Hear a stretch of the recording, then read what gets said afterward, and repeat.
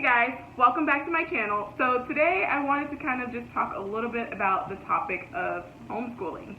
I've actually gotten some feedback in both directions. Some parents are like, you know, as soon as school opens back up, my kids are getting in there, I am done with this. And then some parents are like, no, I'm not ready for them to go back to school just yet. And then a lot of the states are actually implementing like virtual learning from home. So I like that option. I definitely feel like that's a better alternative to sending kids back to school and seeing each other face to face. I personally am not a fan of that. So that was like my first kind of like, okay, maybe we can do that. But then again, the problem with that is that I have smaller children starting kindergarten. So them working from home, virtual learning, I was really feeling like, what are they going to get from that? You know what I mean? Like, how much of that are they going to get? And then on top of that, my 5-year-old has some autism and learning disabilities. So he needs that one-on-one kind of attention anyways. That definitely would not be possible with online virtual learning. So I took it upon myself to homeschool them. And so it's been a whole week of me homeschooling now. And boy, I tell you, there are definitely some... if you are thinking about homeschooling, just know that you are going to have an extreme amount of patience, especially if it's younger kids that you're teaching like the fundamentals. They are going to need extra time, even if there is no learning disabilities or things holding them back, because I mean, they're learning to read and write for the first time, and a lot of them are looking at you like, this is stupid, I don't even care, like, why are we doing this? And you literally can't go for more than like 5 minutes before you have to stop, reinforce something, and then give them a gold sticker, and then be like, okay, let's talk again about our lesson. Like, they just don't, their attention span is so small.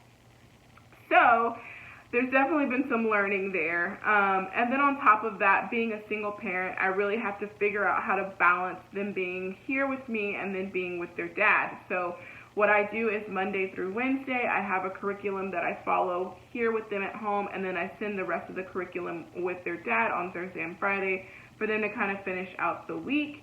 I found a really great curriculum online that is free. There is an upgraded version you can get that's about $100 a year, so it's fairly inexpensive, and it basically just has the grade book, the attendance log, the reading log, and then like the test answers and things like that you can basically have with you. And me, I'm kind of like, you know what, I'm going to save some money and I'm going to do that myself, just because it really doesn't take anything to just print out an attendance log and check my kids in every day. So I didn't feel like that was necessary to purchase. The curriculum itself on the website that I found is actually a great curriculum. It has all 180 days on there. You can click on whatever day you're on, and then it will literally have every lesson plan for that day brought up for the kids to kind of go through. It has math, it has science. And then you click on also, your profile will have what grade level the kids are in. So my 3-year-old and my 5-year-old are both in kindergarten. And so it works out really well because all I have to do is basically have one profile for both of them, and it's okay. Some of the things that I would recommend if you are contemplating homeschooling your children is that you really want to make sure that you know the laws of your state. Here in the state of Texas, it is so unregulated when it comes to homeschooling.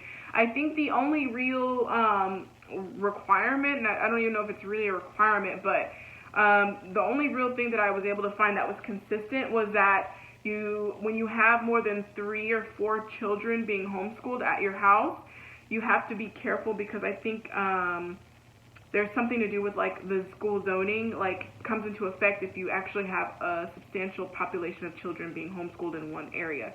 But other than that, there's no real guidelines to homeschooling in Texas, and I was really surprised by that. The only thing you have to do is, if your children are already in school, you have to have a letter of intent to remove them from school, and then that kind of acts as a safety for you so that nobody thinks that your child is just being truant and not going to school. You have to physically remove them from school. You have to do the paperwork to get them removed from school. As far as enrolling them in homeschool, there is no specific enrollment. You literally just say, I'm going to start teaching you from home. I have said curriculum here. Let's go. And the curriculum isn't even a standardized curriculum. You can literally do whatever you want to do as long as it follows the core curriculum of a regular kind of school. You have to have like math, science, depending on what level your child is at. Other than that, there is nothing else. There's nothing else. Now, I will say, to kind of protect yourself and save yourself, like I said, I print out my attendance log and I check them off every day. All of the activities we do, their letters, their numbers, anything we do, even their artwork, I have them fill out a form at the end of every day, which is just like what we learned today. And it'll literally just be like them drawing something. Like I said, they're in kindergarten. It's not the Mozarts or whatever, but literally I will just have them do something, and I save all of that in their binders. And that way, if someone ever tries to come to me and tell me that like I'm just not sending my kids to school or they're being truant, I can show them a log of me teaching them and them learning and their attendance to kind of cover myself legally. But honestly, other than that, there is no guideline, like set guidelines for Texas. So depending on where you live, that might be a little different. So you want to make sure you know your laws. But I mean, it's been pretty straightforward. We do have to take a lot of breaks, as I said, because they're in kindergarten, and it's very hard to teach kindergartners. I have a 10-year-old who is doing virtual school in Hawaii right now, and for him it's very easy. He knows his letters, his numbers, his words. He knows how to read, he knows how to write, he knows how to do his multiplication and addition. So for him, it's just simply learning whatever the core concept is for that particular class. Versus my kindergartners, they're learning the fundamentals of everything. So I feel like that is so much more pressure, because it's like, I have to teach you this or you won't know anything else. So kudos to all of the teachers out there who literally have this as their full-time job to teach these kids and actually enjoy it. Because I tell you what, my kindergartner got really upset and did not want to draw a 1 for me. Like the number 1, he was like, I don't know how. And I'm like, you draw them all the time. Like what? Like when they're fed up, they're done. They don't want to do anything else. And I'm like, you know what? I think we just need to take a break and we'll recoup. Like that was literally my attitude. So shout out to y'all, because I don't know how you do it every day. But we're gonna get through it. And so let me know in the comment box below, like, are you homeschooling your child now? Are they in virtual school? Do you plan on sending them back to regular school face to face? And if so, like, how do you feel about that? Like, do you feel nervous? Do you send your kid to school with a mask or a hand sanitizer? Let me know, because I'm really interested to see how this next school session is gonna be for a lot of people. And yeah, all right. Thanks for watching, guys, and I'll see you in my next video.